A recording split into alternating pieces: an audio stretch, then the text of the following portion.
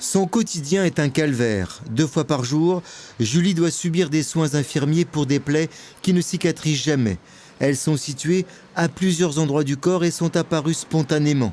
Après une injection de garde-asile en 2008, Julie a déclaré une maladie orpheline, la maladie de Verneuil. C'est très invalidant, c'est très gênant, très handicapant et c'est douloureux. J'avais attaqué une formation, j'ai eu mon diplôme, bien sûr je ne peux pas travailler. Donc je fais comme je peux, mais bon, c'est un peu dur. Du cancer du col de Le garde-asile est un vaccin préventif du cancer du col de l'utérus. Depuis 2006, des campagnes publicitaires sont diffusées à la télévision. Elles s'adressent directement aux mamans. Protéger sa fille, se préoccuper de son avenir, c'est ce qu'il y a de plus naturel pour une mère.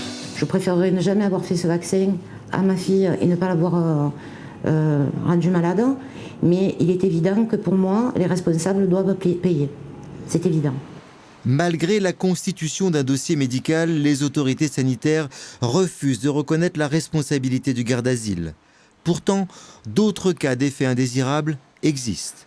À Digne, par exemple, depuis la vaccination, Laetitia souffre de très fortes migraines et de fièvre inexpliquée. Je peux même pas aller au cinéma, je peux même pas aller faire des courses sans être fatiguée. Je peux pas rester devant un écran très longtemps sans avoir des horribles maux de tête.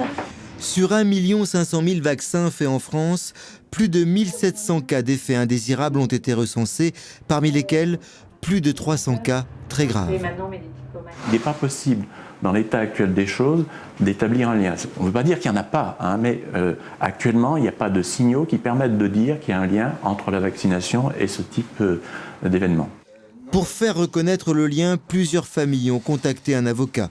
Dans un premier temps, elles pourront effectuer des demandes d'indemnisation.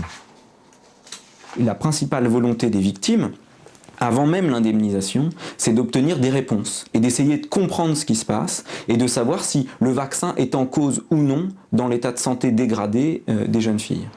Pour mettre en cause le garde-asile, il faudra du temps et de nombreuses expertises. En attendant, les familles souhaiteraient au moins que Sanofi Pasteur retire ce vaccin du marché.